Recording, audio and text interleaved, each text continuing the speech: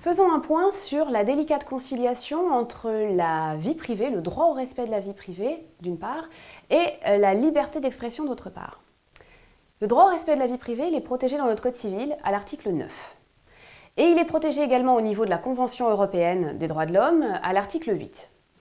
Le droit à la liberté d'expression, est protégé quant à elle par l'article 10 de la Convention européenne des droits de l'homme. Donc on le voit, on a d'un côté l'article 8 de la Convention qui protège la vie privée et de l'autre côté l'article 10 de cette même Convention qui protège la liberté d'expression. Deux droits qui sont exactement à la même échelle normative, au même niveau hiérarchique. Donc on ne peut pas en faire prévaloir l'un sur l'autre d'une manière générale.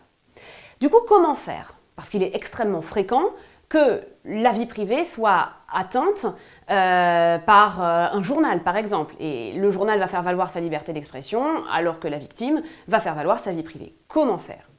Eh bien, la Cour de cassation, dans plusieurs arrêts, mais notamment dans la jurisprudence Godard, qui est un arrêt rendu par la première chambre civile de la Cour de cassation le 9 juillet 2003, a finalement expliqué comment faire pour concilier ces deux droits. Elle invite en fait les juges du fond à faire une balance des intérêts en présence. Qu'est-ce que ça veut dire ? Ça veut dire que les juges doivent juger in concreto, c'est-à-dire au cas par cas, et rechercher quelle est la solution la plus protectrice de l'intérêt le plus légitime. C'est donc vraiment de l'interprétation au cas par cas. Dans cette situation, qu'est-ce qui mérite le plus d'être protégé ? La vie privée ou la liberté d'expression ? Dit comme ça peut sembler totalement aléatoire. En fait, il n'en est rien parce que des critères se dégagent.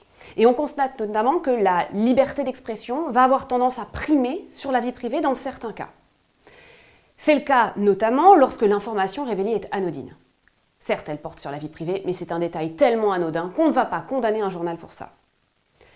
De même, on va avoir tendance à privilégier la liberté d'expression chaque fois que l'information est déjà connue du public. Ça n'est pas la première fois que l'information est révélée. Enfin et surtout, la liberté d'expression va primer lorsque l'information révélée est légitime. C'est-à-dire que le public a le droit d'être informé.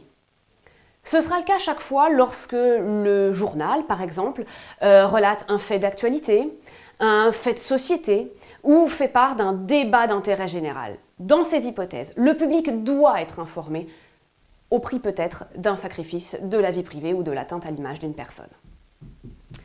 Alors attention toutefois, il y a une limite à la liberté d'expression. Même si l'on est dans le cadre d'un débat d'intérêt général, il ne faut pas aller trop loin. Il ne faut pas aller jusqu'à porter atteinte à la dignité de la personne. Dignité de la personne qui est protégée par l'article 16 du Code civil. C'est ce qu'a rappelé à plusieurs reprises la Cour de cassation, et notamment dans un arrêt de la première chambre civile du 20 février 2001, l'affaire de l'attentat du RERC. Donc la Cour de cassation nous dit bien que même si la liberté d'expression peut permettre de porter atteinte à la vie privée ou à l'image d'une personne, il ne faut pas aller jusqu'au stade ultime de l'atteinte à la dignité. Alors c'est quoi exactement l'atteinte à la dignité ? Il n'y a pas vraiment de définition, mais globalement, la Cour de cassation retient les termes de recherche du sensationnel, l'indécence de la photo choc. En fait, quand vraiment vous sentez que la photo ne cherche pas vraiment simplement à informer, mais plus à attirer finalement le lecteur, c'est une photo racoleuse, alors là, il y aura plutôt atteinte à la dignité qui fera donc limite à la liberté d'expression. Voilà, je vous remercie de m'avoir écouté.